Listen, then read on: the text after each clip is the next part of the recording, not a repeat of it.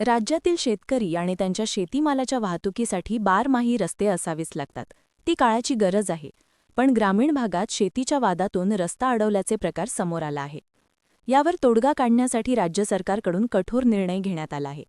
आता जर कोणी शेतरस्ता अडवला तर सरकारी योजनेचा लाभ बंद होणार आहे. त्याशिवाय फार्मर आयडी आणि आधार कार्ड ब्लॉक केले जाणार आहे. राज्य सरकारकडून यासाठी मुख्यमंत्री बळीराजा शेत पाणंद रस्ते योजना सुरू केली आहे. मुख्यमंत्री बळीराजा शेत पाणंद रस्ते योजनेच्या अंमलबजावणीत अधिक सुसूत्रता आणण्यासाठी आणि अडथळे दूर करण्यासाठी आज नवीन सुधारित GR जारी करण्यात आला आहे. या नवीन निर्णयामुळे आता शेतहस्ते अडवणारे किंवा सार्वजनिक रस्त्यांवर अतिक्रमण करणाऱ्यांवर कठोर कायदेशीर कारवाई केली जाणार आहे. महत्त्वाचे म्हणजे नियमांचे उल्लंघन करणाऱ्यांना केवळ दंडच होणार नाही, तर त्यांना पुढील 5 वर्षांसाठी सरकारच्या सर्व योजनांपासून वंचित राहावे लागणार आहे.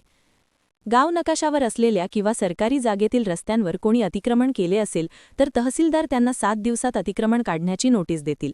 नोटीसनंतरही जर संबंधित व्यक्तीने स्वतःहून अतिक्रमण काढले नाही तर तहसीलदार स्वतः ते अतिक्रमण काढून टाकेल. सर्वात महत्त्वाचा बदल म्हणजे जे लोक रस्त्याचे नुकसान करतील किंवा रस्ता अडवतील त्यांचे आधार कार्ड आणि फार्मर आयडी 5 वर्षांसाठी ब्लॉक केला जाईल. त्यांना सरकारच्या कोणत्याही योजनेचा लाभ किंवा कोणतीही शासकीय मदत मिळण्यास 5 वर्षांसाठी अपात्र ठरतील. मुख्यमंत्री बळीराजा शेत पाणंद रस्ते योजनेसाठी कोणतेही सक्तीचे भूसंपादन केले जाणार नाही. जे शेतकरी स्वतःहून जमीन देतील त्यांना नोंदणीकृत दानपत्र किंवा हक्कसोडपत्र करून देणे अनिवार्य असणार आहे. हे दानपत्र शासनाच्या नावे होत असल्याने त्यावर लागणारे मुद्रांक शुल्क आणि नोंदणी फी पूर्णपणे माफ असेल. या जमिनीची नोंद संबंधित शेतकऱ्याच्या 7/12 उतार्यावर घेतली जाईल आणि एकदा दिलेली जमीन शेतकऱ्याला पुन्हा परत मागता येणार नाही.